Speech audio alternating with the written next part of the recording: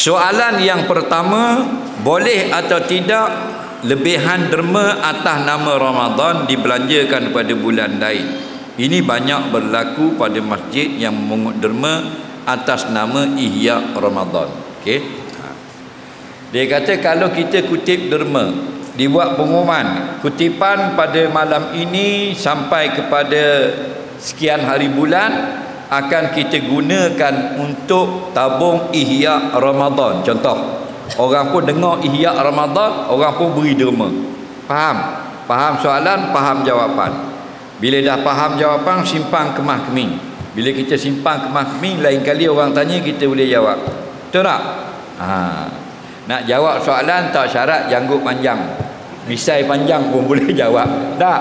Janji tahu soalan yang betul, jawapan yang betul. Tak? Okey. Bila dah dengar kutipan derma untuk tabung Ihya Ramadan, okey, orang pun beri derma, maka digunakanlah untuk masjid tu RM3,000 contoh, untuk sebulan Ihya Ramadan, sedangkan derma ada RM4,000. Jadi soalannya yang RM1,000 lebih itu boleh tak guna untuk tujuan lain? Dalam kitab-kitab fatwa tidak boleh. Ni kita kena hati-hati sikit. Okey? Walau bagaimanapun ini ijtihad. Mungkin kalau kita rajin bertanya, mungkin ada pandangan yang lain. Saya menjawab pandangan-pandangan ini mengikut apa yang saya tahu. Kenapa? Qadar ilmu saya. Daripada kitab-kitab fatwa mufti, kalau kita khususkan dengan untuk kutipan tertentu, kalau lebih tak boleh digunakan, melainkan untuk tujuan kutipan sahaja. Disebut dalam kitab Fatwa Mufti Johor tahun 1955, jika kita kutip sumbangan untuk majlis Maulidur Rasul, tiba-tiba ada lebih, boleh tak guna untuk program lain? Jawab mufti kita, tidak boleh, melainkan boleh digunakan untuk Maulidur Rasul, masjid yang lain atau surau yang lain, asalkan nama Maulidur Rasul. Itu jawapan yang pertama. Maknanya kalau dah dikutip atas nama Ihya Ramadan, kalau kita dah berlebihan guna, boleh diberi kepada masjid lain tapi untuk Ihya Ramadan. Boleh diberi kepada pondok, kepada surau tapi guna Ihya Ramadan. Faham? Itu jawapan yang pertama.